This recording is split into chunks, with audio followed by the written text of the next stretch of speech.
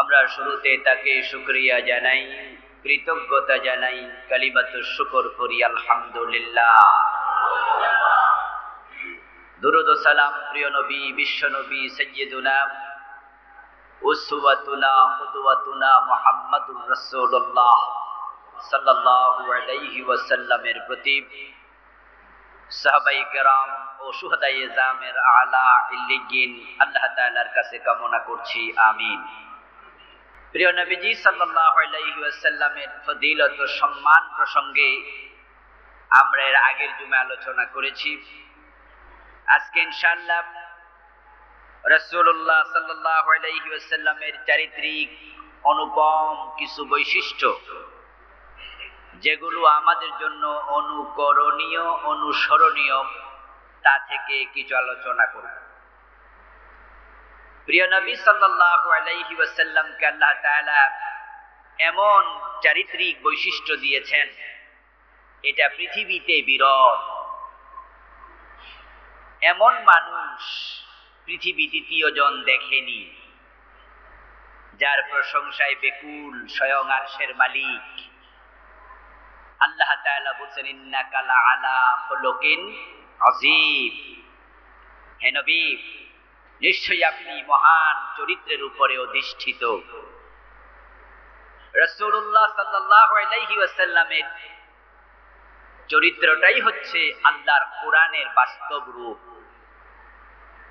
কোরআনে যে উত্তম কথাগুলো আছে, আল্লাহর নবীর জীবনে প্রতিটা উত্তম কথার বাস্তব প্রতিফলন ঘটেছে। এজন্য মা আয়েশা সিদ্দিকা রাদিয়াল্লাহু তাআলা আনহাকে সাদ ইবনে হিশাম নামে একজন তাবী প্রশ্ন করেছিলেন, মা আয়েশা, আমি তো প্রিয় নবীজিকে দেখিনি, ওনার চরিত্র কেমন ছিল যদি আপনি আমাকে একটু জানাতেন। মা আয়েশা সিদ্দিকা রাদিয়াল্লাহু তাআলা আনহা তখন ওই ব্যক্তিকে উল্টা প্রশ্ন করে বলছিলেন, আলাস্তা তাকরাউল কোরআন আওয়ালাম তাকরাইল কোরআন। এই আল্লাহর বান্দা, প্রিয় নবীর চরিত্র জানতে আসছো আমার কাছে, তুমি কি কোরআন পড়োনি? সাদ ইবনে হিশাম বলেন, বালা, হ্যাঁ আমি কোরআন পড়েছি। মা আয়েশা তখন জবাব দেন, খুলুকুল কোরআন, কোরআন যদি পড়ে থাকো, কোরআনই হলো রাসূলের চরিত্র। সুবহানাল্লাহ। অর্থাৎ আল্লাহর নবীর কোরআনের চারিত্রিক বৈশিষ্ট্যগুলো নিজের জীবনে ধারণ করতেন। তিনি উত্তম চরিত্রের জন্য আল্লাহ তাআলার কাছে দোয়া করতেন। রাসূলুল্লাহ সাল্লাল্লাহু আলাইহি ওয়াসাল্লাম বলেছেন, মানুষকে যেই চরিত্র, যে বিষয়গুলো জান্নাতে প্রবেশ করাবে সবচেয়ে বেশি, তার মাঝে উত্তম চরিত্র হলো অন্যতম। আল্লাহর কাছে সবচেয়ে প্রিয় মানুষ যারা, আফদালুন নাসি ইনদাল্লাহ আহসানুকুম খুলুকা, আহসানুহুম খুলুকা। প্রিয় নবীজি সাল্লাল্লাহু আলাইহি সাল্লাম বলেছেন, যারা চারিত্রিকভাবে শ্রেষ্ঠ, উত্তম চরিত্রের উপরে প্রতিষ্ঠিত থাকে, তারাই হচ্ছে মানুষের মাঝে আল্লাহর কাছে শ্রেষ্ঠ মানুষ। আল্লাহর হাবিব সাল্লাল্লাহু আলাইহি ওয়াসাল্লামের চারিত্রিক বৈশিষ্ট্য নিয়ে আমরা আলোচনা এজন্যই করব, তার জীবন আমাদের জন্য আদর্শ। আমরা নিজেকে তার মতো সাজানোর চেষ্টা করব। আর যে ব্যক্তি নিজেকে রাসূলুল্লাহর মতো করবে, প্রিয় নবীজি বলেছেন, কানা মাই ফিল জান্নাহ, সে জান্নাতে আমার সাথে ঢুকবে। চলনে বলনে, চিন্তায় চেতনায়, শয়নে জাগরণে, এভরি মোমেন্ট, এভরি হায়াত, জীবনের সব ক্ষেত্রে পা তুলে পা ফেলতে, ঘুমাতে যেয়ে আবার ঘুম থেকে উঠতে, সর্বক্ষণ আপনার আমার জীবনটা মিলাতে হবে যার সাথে, তিনি হলেন নবী মুহাম্মদুর রাসূলুল্লাহ সাল্লাল্লাহু আলাইহি ওয়াসাল্লাম। ওনাকে অনুসরণ করার মানে হলো স্বয়ং আল্লাহকে অনুসরণ করা। আল্লাহ তাআলা বলেছেন, মান ইউতি'র রাসূলা ফাকাদ আতা আল্লাহ। যে ব্যক্তি রাসূলুল্লাহকে অনুসরণ করলো সে নিশ্চিতভাবে আল্লাহকেই অনুসরণ করলো। আল্লাহর হাবিব সাল্লাল্লাহু আলাইহি ওয়াসাল্লামকে অনুসরণ করতে পারা এটা সহজ বিষয় নয়। কারণ আমাদের নফস এবং রাসূলুল্লাহ নফসের মাঝে পার্থক্য ছিল। উনি যে উত্তম চরিত্রের অধিকারী ছিলেন, উনাকে সৃষ্টিগতভাবেই আল্লাহ উত্তম করেছেন। আল্লাহর হাবিবের কলব ফেরেশতা জিবরিল একবারে ছিঁড়ে বের করে জমজমের পানি দিয়ে পরিষ্কার করে রাসূলুল্লাহকে ওই 5 বছর বয়সে বলেছেন, হাযা মিন হাজ্জিশ শয়তান ফি নাফসিক। প্রিয় নবীকে বলছে, এটা ছিল তোমার কলবে, তোমার নফসের ভিতরে শয়তানের অংশ, যেটা আল্লাহ কর্তৃক আদিষ্ট হয়ে আমি আজকে পরিষ্কার করে দিলাম। প্রিয় নবীকে আবার যখন মেরাজে রওনা দিলে সেখানে কি আবার সিনা থাক হয়নি? আপনারা এই ওয়াজ তো শুনেছেন। মসজিদে হারামের পাশে হাতিমে কাবা শুইয়ে দিয়ে একবারে গলা থেকে নাভি পর্যন্ত ফেরেশতা জিবরিল কেটে ওখানেও আবার জমজমের পানি সোনার কস্তুরিতে রেখে প্রিয় নবী সাল্লাল্লাহু আলাইহি সাল্লামের কলবকে পরিষ্কার করা হয়েছিল। তো আল্লাহর নবীর কলবকে বারবার পরিষ্কার করা হয়েছে। আমাদের কলব পরিষ্কার করা হয়েছে কয়বার? এই জন্যই আমরা রাসূলের মতো হওয়া, উনার মতো চলা আমাদের জন্য সহজ নয়। আল্লাহর কাছে এই জন্য দোয়া করা উচিত, যে নবীকে আল্লাহ তাআলা 5 বারের মতো সিনা সাফ করলেন, পরিষ্কার করলেন, ওই নবী মুহাম্মদ নিজেও আল্লাহর কাছে দোয়া করতেন, আল্লাহুম্মা হাদিনি লি আহসানিল আখলাক। প্রিয় নবী বলতেন, আল্লাহ উত্তম চরিত্রের জন্য তুমি আমাকে পথ নির্দেশ করো, তুমি আমাকে উত্তম চরিত্রের প্রতি হেদায়েত দাও। তুমি আল্লাহ উত্তম চরিত্রের পথে আমাকে পরিচালিত করো। লা ইয়াহদি লি আহসানিহা ইল্লা আনতা। কারণ উত্তম চরিত্রের পথে পরিচালনা করার ক্ষমতা তুমি ছাড়া আর কারো নাই। এই পথে আমাকে কেউ চালাতে পারবে না। এজন্য আল্লাহ তুমি আমাকে উত্তম চরিত্র দাও। ওয়াসরিফ আন্নি সাইয়্যাহা। আমার নফস, আমার কলবের যে খারাপ চিন্তা আছে, খারাপ গুণ আছে, ক্রোধ আছে, কাম আছে, আল্লাহ তুমি এগুলোর ক্ষতি থেকে আমাকে রক্ষা করো। লা ইয়াসরিফ আন্নি সাইয়্যাহা ইল্লা আনতা। কারণ আমার নফসের খারাপ থেকে, আক্রমণ থেকে তুমি আল্লাহ ছাড়া বাঁচানোর ক্ষমতাও কারো নাই। নবী মুহাম্মদ সাল্লাল্লাহু আলাইহি ওয়াসাল্লামের মতো সৃষ্টিগতভাবেই ভালো মানুষ, ছোট্ট কাল থেকে সেনা পরিষ্কার করা মানুষ, উনি যদি আল্লাহ তাআলার কাছে উত্তম চরিত্রের জন্য দোয়া করে, এখন উত্তম চরিত্র পাওয়ার জন্য আমাদেরও দোয়া করা দরকার আছে কিনা? এজন্য আমরা সকলেই আল্লাহর কাছে দোয়া করব, আল্লাহ যেন নফসের খারাপি থেকে আমাদের হেফাজত করে। বিষয়টি সহজ নয়। এই যে রাগ নামে একটা জিনিস আছে, আপনার আমার রাগ আছে কিনা এটা বুঝবেন কখন? যখন উল্টা পাল্টা কাম হয়। নিজের মন মতো হইলে অসুবিধা নেই। আপনি গাড়ি চালিয়ে যাচ্ছেন, এক রিক্সাওয়ালা ঠুস করে লাগাই দেবে, তখনই বোঝা যাবে রাগটা আছে কিনা।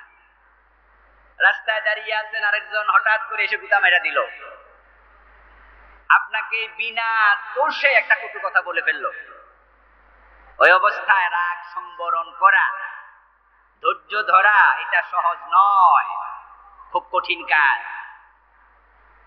সামনে 500 টাকার বান্ডিল, 1 লাখ টাকা, 1000 টাকার বান্ডিল, 100টা নোট কসকসে টেবিলে রেখে যদি বলে, স্যার আপনি ফাইলটা একটু সিগনেচার করে দেন, এখানে লাখখানেক টাকা আছে, আপনি চাটা খাইয়েন।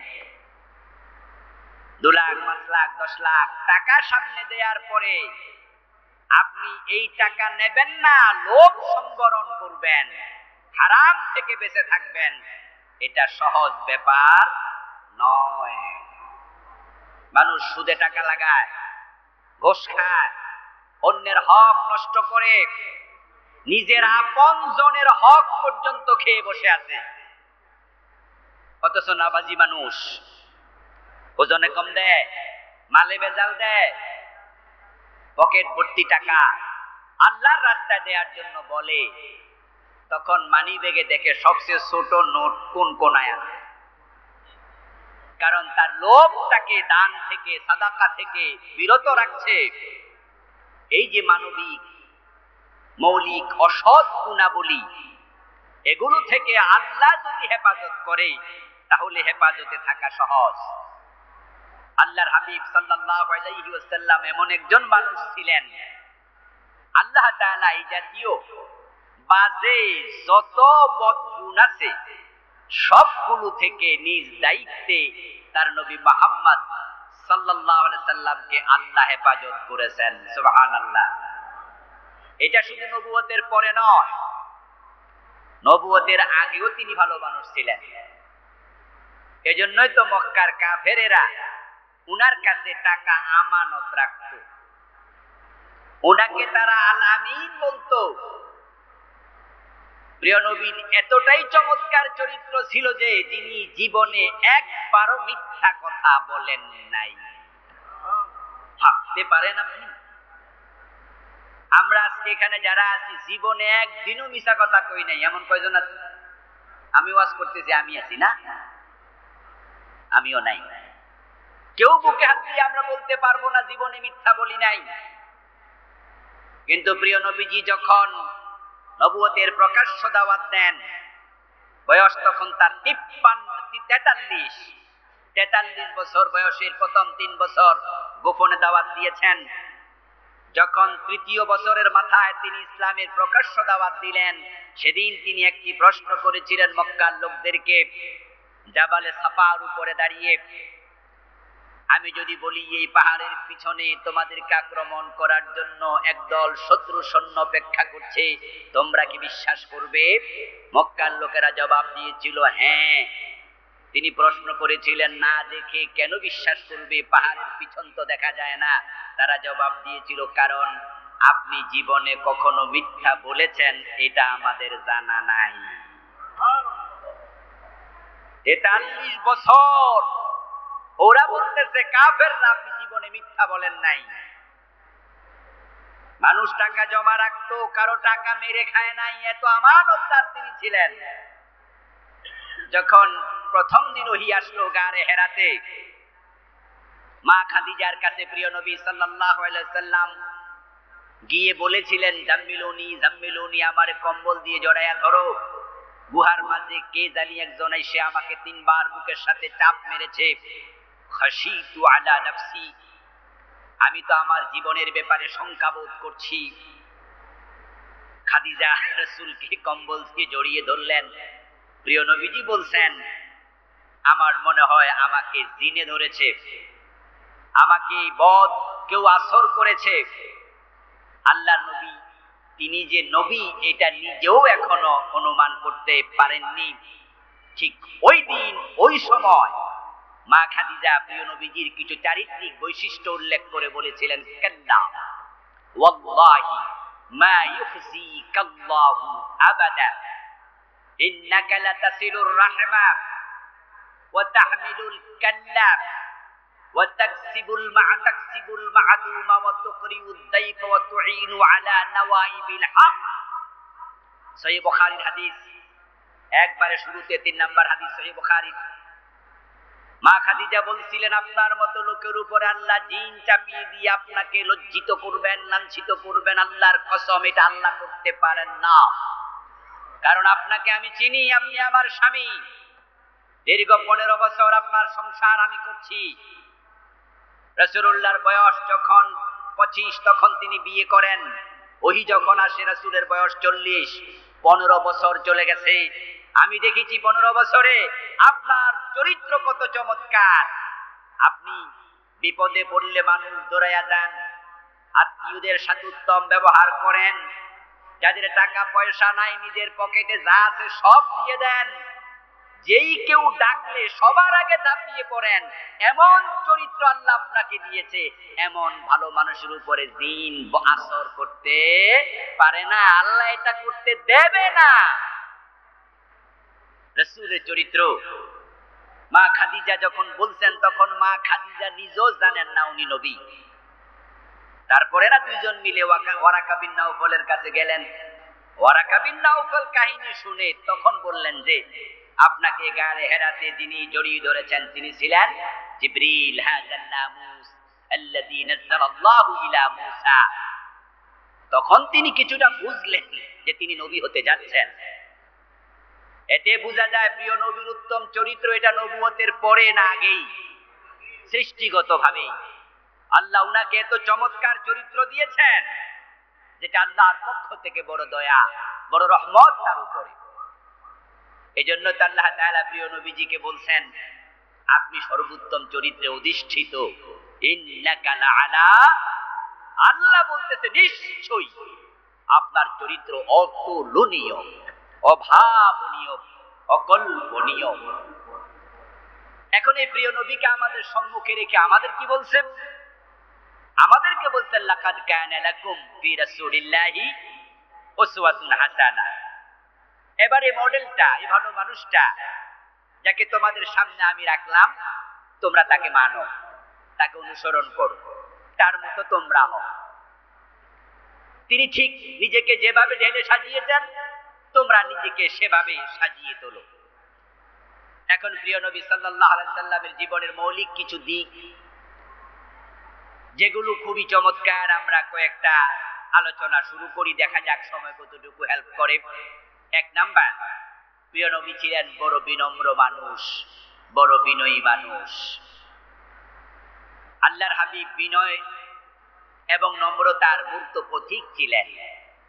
এবং তিনি আমাদেরকে বলছেন, শোনো, মান তাওয়াযা লিল্লাহ রাফাহুল্লাহ, যে ব্যক্তি আল্লাহর সন্তুষ্টির জন্য বিনয়ী হয়, আল্লাহ নিজ দায়িত্বে তার সম্মান তিনি বাড়িয়ে দেন। আমরা তো অহংকার করে বড় হতে চাই, আমরা হলাম আমি বড়, এই ভাব দেখাইয়া বড় হতে চাই।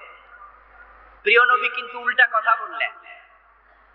আপনি চেয়ার খালি পাইয়াই বসে গেলেন, আবার আরেকজন খালি চেয়ার রাইখা মাটিতে বসছে বা পিড়িতে বসছে, নিচে বিছনায় বসছে। যদি আপনি ওই চেয়ারের যোগ্য হন, লোকেরা গিয়ে আপনাকে জোর করে বসাবে। আর যদি আপনি খালি পাইয়া বইয়া যান, কিছুক্ষণ পর আইসা লোকেরা বলবে, এই মিয়া বইছো কেন, ওঠো, আপনাকে তুলে দেবে। তাই প্রিয় নবী শিখিয়েছেন বিনয়। তিনি বলছেন, মান তাওয়াদা লিল্লাহ রাফাহুল্লাহ। যদি আপনি মনে করেন যে আমি আল্লাহর একজন ছোট্ট গোলাম, দুনিয়ার কত মানুষ আমার চেয়ে যোগ্য, কত জ্ঞানী আছে, পণ্ডিত আছে, বড়রা এখানে বসবে, বড়রা কথা বলবে, আমি কি কথা জানি, আমি তো বুঝি না, আপনি এরকম মনে করেন, রাসূল বলে যে বিনয় দেখাবে, আল্লাহ নিজে তার সম্মান বাড়িয়ে দেবে। প্রিয় নবী ছিলেন সবচেয়ে বিনয়ী মানুষ, বিনম্র মানুষ, কোমল দিল মানুষ। বিনয়, নম্রতা, কোমলতা এগুলো একটি আরেকটির পরিপূরক। আল্লাহ উনার মাঝে এই রহমত, এই ভালোবাসা, বিনয় ঢেলে দিয়েছিলেন। তিনি বলেছেন, ফাবিমা রাহমাতিম মিনাল্লাহি লিনতা লাহুম। হে নবী, আপনার প্রতি এটা আল্লাহর বিশেষ দয়া যে আপনি আপনার সাহাবাদের প্রতি, মানুষের প্রতি কোমল প্রাণ, আপনার অন্তরে ভালোবাসা পরিপূর্ণ। এটা আল্লাহর স্পেশাল রহমত আপনার উপরে। অন্যকে ভালোবাসতে পারা, অন্যের প্রতি করুণা সিক্ত হওয়া, আল্লাহ বলেন যে এটা আপনার উপরে আল্লাহর রহমত। তাহলে যাদের হৃদয় কঠিন, যারা অহংকারী, বুঝতে হবে তারা এই রহমত থেকে বঞ্চিত। রাসূলুল্লাহর উপরে তো রহমতের অভাব নাই। ওয়া মা আরসালনাকা ইল্লা রাহমাতান লিল আলামিন। হে নবী, আমি তো আপনাকে तमाम জগৎগুলোর জন্য রহমত বানাইয়ে পাঠাইছি। আপনি তো রহমতের টুকরা, আপনি নিজেই তো রহমত। যে নবীকে আল্লাহ নিজে রহমত বানায় পাঠালেন তাকে বলছেন আপনার উপরে আল্লাহর রহমত হলো লিনতালাহু, আপনি বিনয়ী, আপনি রহমদি। ওয়ালাউ কুনতা ফাজ্জান গালিযাল কলব, যদি আপনি রূঢ়বাসী হতেন, কর্কশবাসী হতেন, আপনার অন্তরটা কঠিন হতো, লানফাদ্দু মিন হাওলি, লোকজন আপনার সাথে আজকে যেভাবে ভালোবাসা দেয়, কাছে বসে থাকে, আপনাকে রেখে দূরে যেতে চায় না, আপনি নিজে যদি রূঢ়বাসী হতেন, কঠোর স্বভাবের হতেন, তাহলে তারা আপনার সাথে এভাবে সঙ্গ দিত না। প্রিয় নবী ছিলেন চুম্বকের চরিত্রে, তিনি সবাইকে আকৃষ্ট করতে জানতেন। রাসূলুল্লাহ সাল্লাল্লাহু আলাইহি ওয়াসাল্লাম এতটাই বিনয়ী ছিলেন যে উনি পৃথিবীর সবচেয়ে বড় নবী হওয়ার পরেও তিনি বলতেন আমি আব্দুল্লাহ, লা তুতরুনি কামা আতরাতিন নাসারা ইবনে মারইয়াম। হযরত ঈসা আলাইহিস সালামের সম্মান নিয়ে খ্রিস্টানরা যেমন বাড়াবাড়ি করতে করতে তাকে আল্লাহর ছেলে বানিয়েছে, দেখো আমার উম্মত, তোমরা আমার সম্মান বাড়াতে যেও না, বেশি সীমা লঙ্ঘন করো না, সম্মান নিয়ে বাড়াবাড়ি করো না। ফাকুলু ইন্নী আব্দুল্লাহ ওয়া রাসূলু, বরং তোমরা বলো আমি আল্লাহর একজন গোলাম, বলো আমি আল্লাহর রাসূল। রাসূল বলার আগে বলেছেন আমি আল্লাহর গোলাম। গোলাম পরিচয়ের মাঝে বিনয় আছে, মালিক পরিচয়ের মাঝে বিনয় নাই। প্রিয় নবী নিজেকে গোলাম পরিচয় দিতেন, এজন্য তিনি বলছেন ইন্নী আব্দুল্লাহ ওয়া রাসূলু, আমি আল্লাহর গোলাম। আল্লাহর হাবিব এতটাই বিনয়ী ছিলেন, নিরহংকার ছিলেন যে লোকেরা উনাকে দেখলে দাঁড়িয়ে যাক এটাও তিনি পছন্দ করতেন না। দেখেন উনার চরিত্র আর আমাদের চরিত্রে ফারাকটা কোথায়। টিচার রুমে ঢুকেছে, স্টুডেন্টরা বসে আছে, শিক্ষক ধমক দেয়, এই তোমরা বেয়াদবি শিখলে কার কাছে? ছাত্ররা বলল ওস্তাদ কিসের বেয়াদবি বুঝলাম না। কই যা আমি আসছি, আমাকে দেখো দাঁড়াইলা না? মুরব্বি আসলে দাঁড়িয়ে যেতে হবে, না দাঁড়াইলে আমরা মাইন্ড করি। আর আমাদের কাউকে দেখে লোকজন যদি চেয়ার ছেড়ে দিয়ে ডাইরেক্ট দাঁড়ায়া যায়, মনে মনে আমরা তৃপ্তি অনুভব করি, মজা পাই, বাহ আমার সম্মান দিচ্ছে। প্রিয় নবীজি বলেছেন যে ব্যক্তিকে দেখে মানুষ দাঁড়িয়ে যাক সে মনে মনে পছন্দ করে, সে যেন জাহান্নামকে তার ঠিকানা বানিয়ে নেয়। এবং রাসূলুল্লাহ সাল্লাল্লাহু আলাইহি সাল্লাম সাহাবাদেরকে বলতেন আমাকে দেখলে দাঁড়িয়ে যেও না। সাহাবায়ে কেরাম রাদিয়াল্লাহু তাআলা আনহুম প্রিয় নবীকে দেখলে দাঁড়াতেন না। হযরত আনাস ইবনে মালিক বলছেন লাম ইয়াকুন শাখসুন আহাব্বা ইলাইহিম মিন রাসূলিল্লাহি সাল্লাল্লাহু আলাইহি ওয়াসাল্লাম।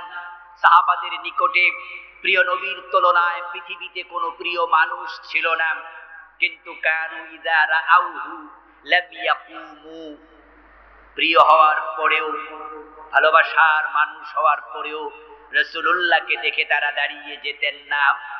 লিমা ইয়ালামুনা মিন কারাহিয়াতিহি লিযালিক, কারণ তারা জানতেন প্রিয় নবী তাকে দেখে কেউ দাঁড়িয়ে যাক এটা তিনি পছন্দ করতেন না। কতটা বিনয় রাসূলুল্লাহর ভিতরে ছিল, আর আল্লাহ তাকে তার এই বিনয়ের কারণে দুনিয়ার সেরা মানুষ বানিয়েছেন। ওই যে যার বিনয় যত বেশি তার সম্মান আল্লাহ বাড়িয়ে দেবেন তত বেশি। হযরত আলী রাদিয়াল্লাহু তাআলা আনহুকে হুসাইন একদিন জিজ্ঞাসা করলেন, রাসূলুর নাতি, রাসূলকে তো তিনি দেখেছেন তবে ছোট ছিলেন না, ছোট মানুষ, নানাকে দেখেছেন কিন্তু নানার সকল কাজ চরিত্র মনে নাই। হুসাইন রাদিয়াল্লাহু তাআলা আনহুর মা হযরত ফাতেমার বিয়ে তো হইছে হিজরতের পরে, হিজরতের 2-3 বছরের মাথায় বিয়ে হয় হযরত ফাতেমা। তো হযরত আলী সংসার করছেন রাসূলের সাথে, হযরত ফাতেমা আলীর সাথে সংসার করেছেন আল্লাহর নবীর জীবদ্দশায়। তখন হাসান হুসাইন ওদের বয়স 6-7 বছর, তো নানার কথা সব মনে নাই। এজন্য বাবা আলীকে জিজ্ঞাসা করছে, আমার নানার চরিত্র কেমন ছিল আমাকে একটু বলবেন? তখন আলী রাদিয়াল্লাহু তাআলা আনহু এমন চমৎকার কিছু কথা বললেন, এক একটা বাক্যের মূল্য আমরা টাকা দিয়ে নিরূপণ করতে পারবো না, এক একটা শব্দের ওয়েট কোন পাল্লা দিয়ে মাপতে পারবো না। এত দামি, এত ওয়েটফুল শব্দ হযরত আলী বললেন। দেখেন হাদিসটা কি, রাসূলের অভ্যাস, কানা রাসূলুল্লাহ সাল্লাল্লাহু আলাইহি ওয়াসাল্লাম দাইমাল বিশ। তোমার নানা মুহাম্মাদের চরিত্র তুমি জানতে চাও, তাহলে শোনো তিনি কেমন মানুষ ছিলেন। তিনি সব সময় হাসি খুশি থাকতেন। আমরা তো একদিন জ্বর হইলে শেষ, আর যদি মাথা ব্যথা থাকে এক রাত, তাহলে পরের দিনে অভিযোগের অভাব নাই, সবার কাছে বইলা বেড়াই কালকে ঘুমাইতে পারি নাই। একটু অভাব অনটনে আমরা ভরকে যাই, সামান্য অসুস্থতায় জাতিকে জানাইয়া দেই। প্রিয় নবীর জীবনে কি বিপদ মুসিবত ছিল না? সারাদিন হাস্যোজ্জ্বল থাকাই বিপদের সামনে সহজ নয়। বরং রাসূলুল্লাহ সাল্লাল্লাহু আলাইহি ওয়াসাল্লাম নিজে বলেছেন, আশাদ্দুন নাসি বালাআন আল আম্বিয়া। এই দুনিয়ায় যত বিপদ মুসিবত এসেছে, সবচেয়ে বেশি বিপদ এবং মুসিবত আল্লাহ তার নবীদের জীবনে দিয়েছিলেন। আইয়ুব আলাইহিস সালাম নামে একজন মহা বড় নবী, ওনার অসুস্থতা ছিল লাগাতার 18 বছর। আপনি ভাবতে পারেন আল্লাহ এক এক নবীকে এক এক বড় বড় পরীক্ষার মুখে ফেলে রেখেছিলেন। আল্লাহর হাবিবের জীবনও বিপদের অভাব নাই। বিপদ ভাই মাঝে মাঝে আশ্চর্য হই, ওনার সন্তান ছিল 7 জন, তার মাঝে ফাতেমা জাহরা সারা বাকি 6 জনকে উনি নিজে মাটি দিয়েছেন। মানে উনার চোখের সামনে 6 জন মরে গেছে। আমরা তো বললাম একটা মরলেই আমরা আল্লাহরে জিগাই, আল্লাহ আমারটাই দেখলাম, সেটা দেখলাম না। 6 জন আল্লাহ কেড়ে নিয়ে, জন্মের আগে বাপ নাই, 5 বছর বয়সে ছোট্ট মানুষটার মা নাই, 8 বছর বয়সে দাদা নাই, এমন ইয়াতীম। তারপরে সন্তান জন্ম দিলেন 7 জন, 6 জনই নাই। মক্কার লোকেরা পাথর মারে, তায়েফের লোকেরা পাথর মারে, ধইরা জেলে ঢুকাইয়া দেয়। এত বিপদ, এত মুসিবত, দাঁত ভাঙ্গা ফেলে। কিন্তু তারপরও আলী বলতেছে তোমার নানা, এরপরও তিনি হাসি খুশি থাকতেন। একাধিক সাহাবীর বর্ণনা আমি শোনাবো কিছু কিছু ইনশাআল্লাহ। হযরত জাবের বলেছেন, প্রিয় নবীজি যখন থেকে আমি ইসলাম গ্রহণ করেছি, আমার মনে পড়ে না এমন একদিন তার সাথে আমার সাক্ষাৎ হয়েছে যে আমাকে দেখে তিনি মুস্কি হাসি দেন নাই। আমি জাবেরকে তিনি যখনই দেখতেন তখনই মুস্কি হাসি দিতেন। হযরত আনাস বিন মালিক রাদিয়াল্লাহু তাআলা আনহু বলতেছেন, মা রাআইতু আহাদান আকথারা তাবাসসুমান মিন রাসূলিল্লাহি সাল্লাল্লাহু আলাইহি ওয়াসাল্লাম।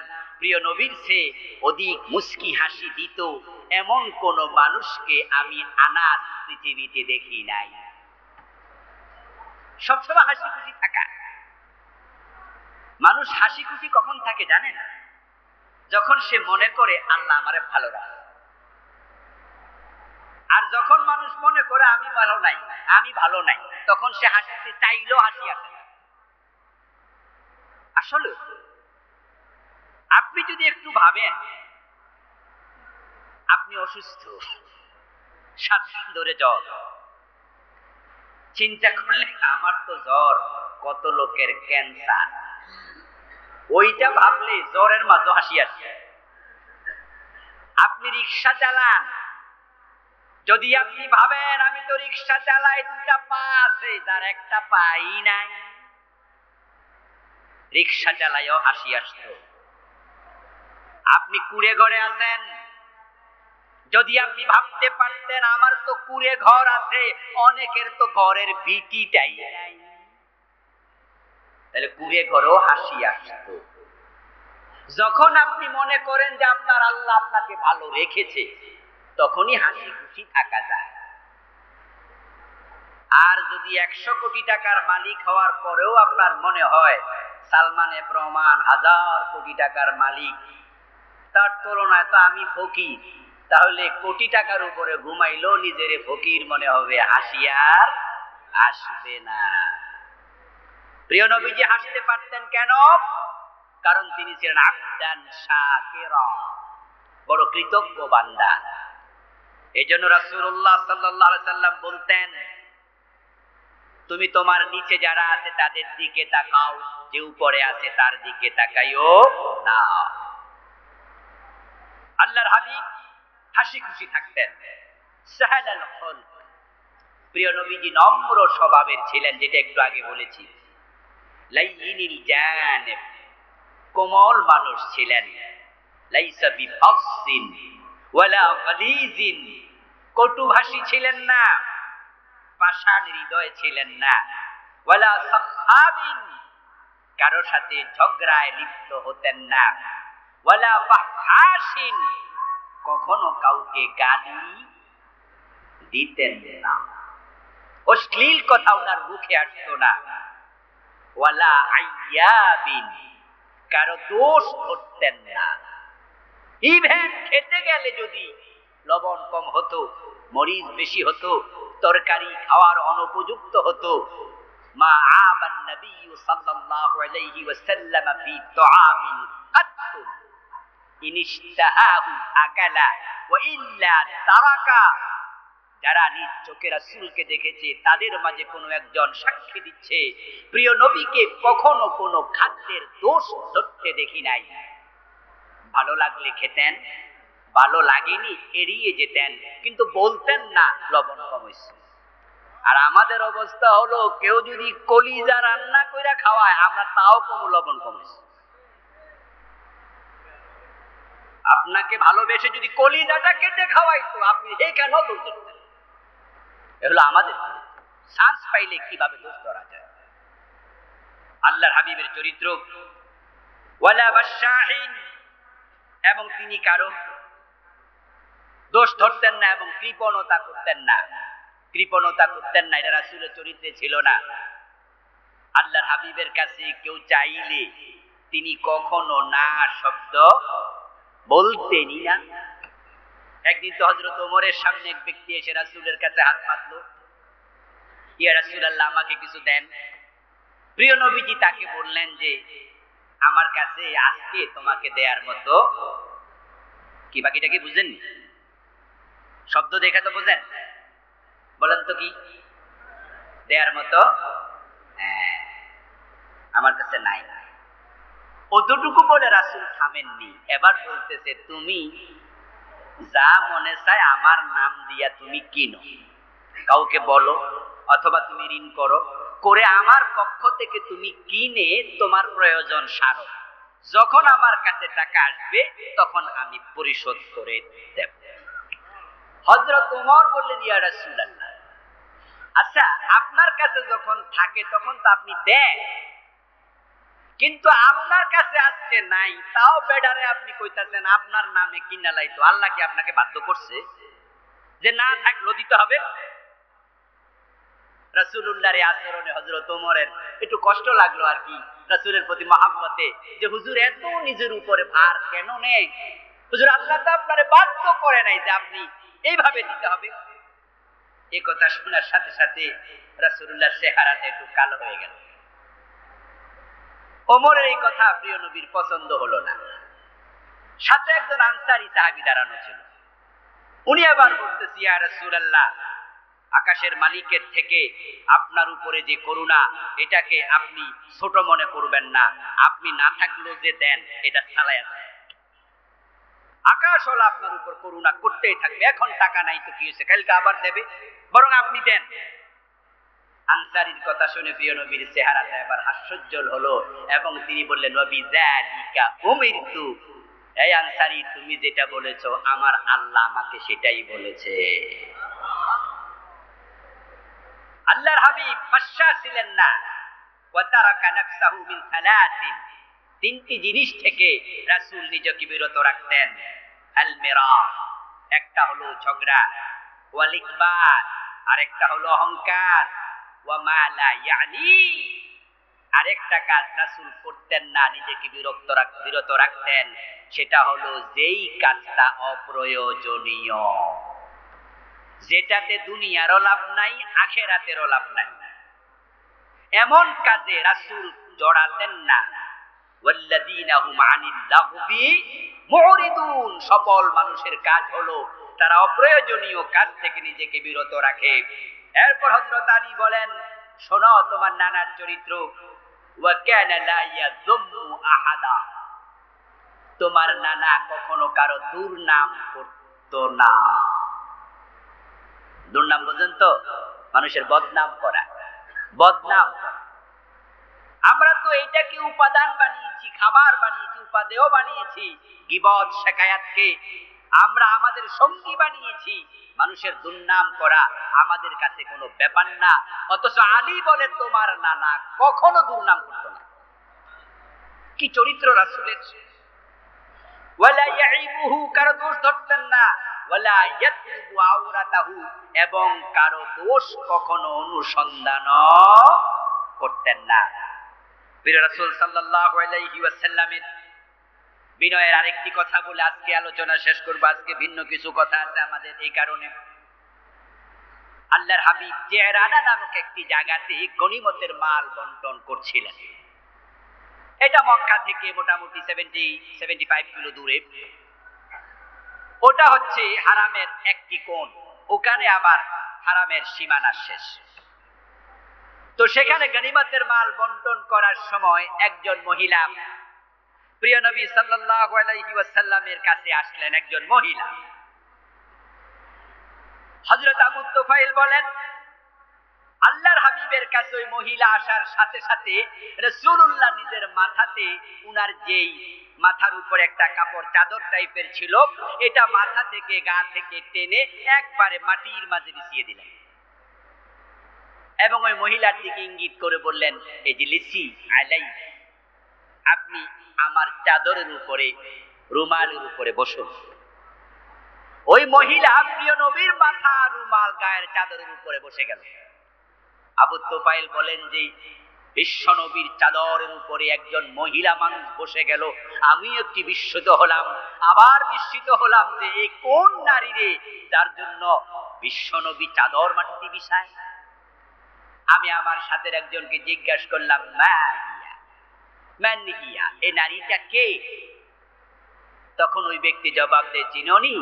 এটা রাসূলুল্লাহর দুধ মা হালিমাতুস সাদিয়া।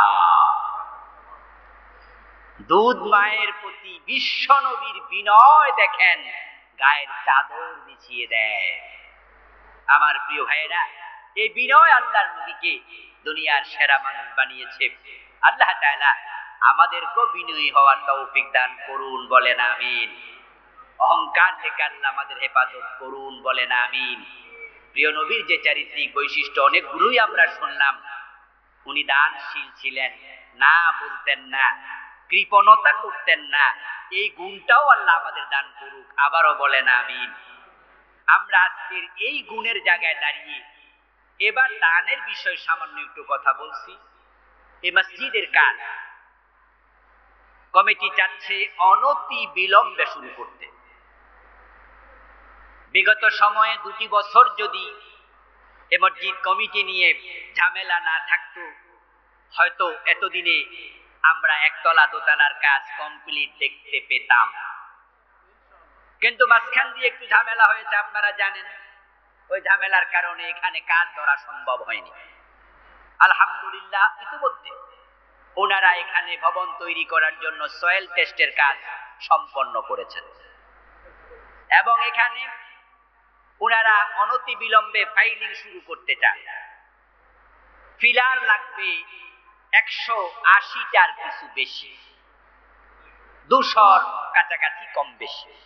ইঞ্জিনিয়ার সাহেব ওনাদেরকে অলরেডি হিসাব দিয়েছেন। প্রচন্ড গরমের কারণে আপনারা কষ্ট পান, আমিও যখন কথা বলি ঘেমে যাই।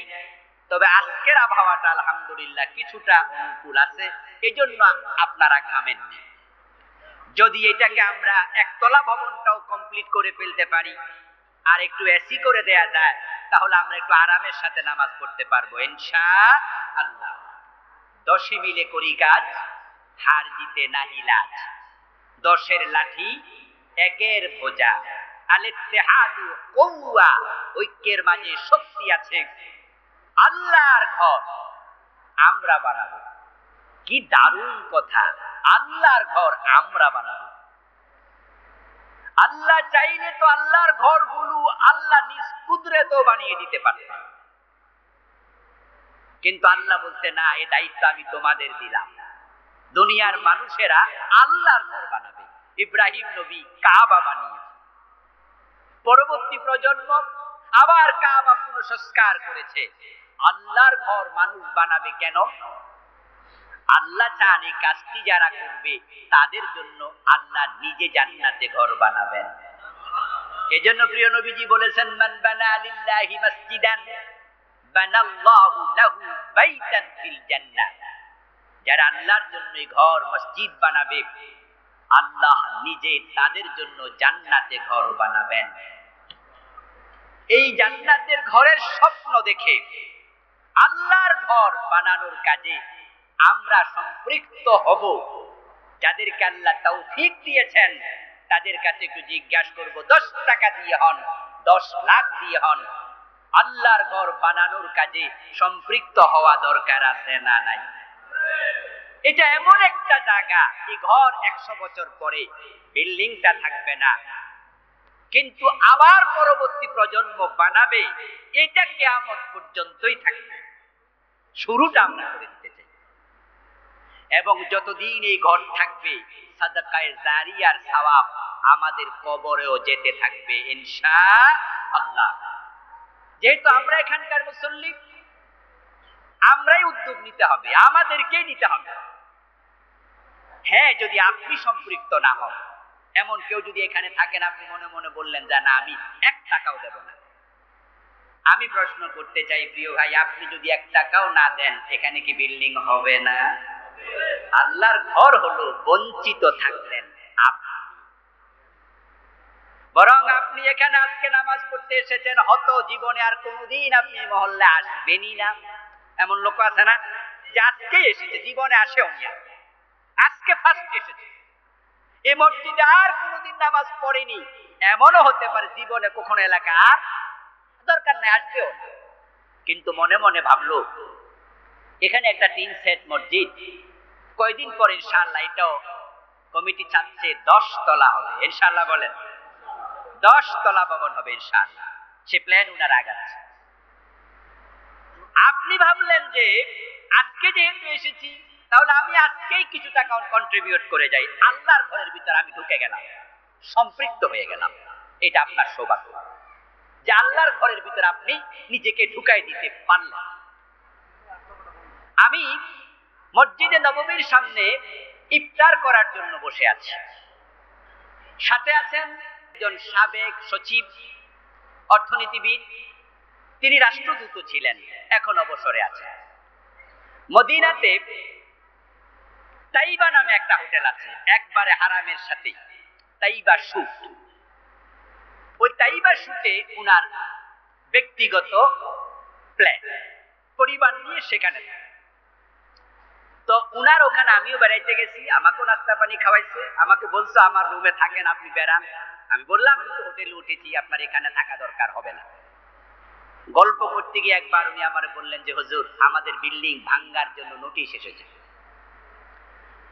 এখানে হারামের চত্বর বড় করবে, তাই যে বিল্ডিং গুলো দেখছেন একটাও কিছুদিন পরে থাকবে না, 2-4 বছরের ব্যবধানে ভেঙে ফেলবে। তা আমি বললাম কিনছেন কত কোটি টাকা বাংলাদেশি? তখন যে অঙ্ক বললেন আমার মাথা লইরা উঠছে, এত টাকা দাম। এখন ওরা ফিরাই দেবে? বলল যে হ্যাঁ, আমাদেরকে সরকার যা দিয়ে কিনেছি এর চেয়ে বেশি টাকা, কিছু বেশি পাবো, লস হবে না। কিন্তু হুজুর আমি আবার জানাইয়া দিছি যে আমি 1 টাকাও ফেরত নেব না। তা আমি উনাকে বললাম, মুরব্বী মানুষ, একবারে বয়স্ক মানুষ, অবসরে আছে, আমি বললাম এত টাকা নেবেন না, কারণ কি? বলল হুজুর কারণ হলো মসজিদে হারাম, মসজিদে নববী, এখানে সরকার কোনো অনুদান নেয় না, দুনিয়ার কেউ চাইলেও এখানে জায়গা কিনে দিতে পারবে না, সরকার টাকা নেবে না, সৌদি সরকার নিজে করে। এই জন্য কোনো দান বাক্সা নাই মসজিদে হারামে। মসজিদে নববীতে দান বাক্সা আছে নাকি? যারা হজ উমরা গেছেন, কোনো দান বাক্সা নেই, বলে টাকা নেয় না। আমি ভাবলাম যে এই সুযোগ আমি হাতছাড়া করব না, যেহেতু এই জায়গা বড় করে মসজিদ বানাবে, আমি যদি টাকাটা না নেই, সরকার তো জোর করে দিতে পারবো না, তাহলে আমার জায়গা মসজিদে হারামে ঢুকে গেল, নববীর হারামে ঢুকে গেল। তাহলে এই জায়গা তো কিয়ামত পর্যন্ত চলবে এবং নামাজ চলবে, আর আমি ইনশাআল্লাহ কবর থেকে সওয়াব পেতেই থাকবো।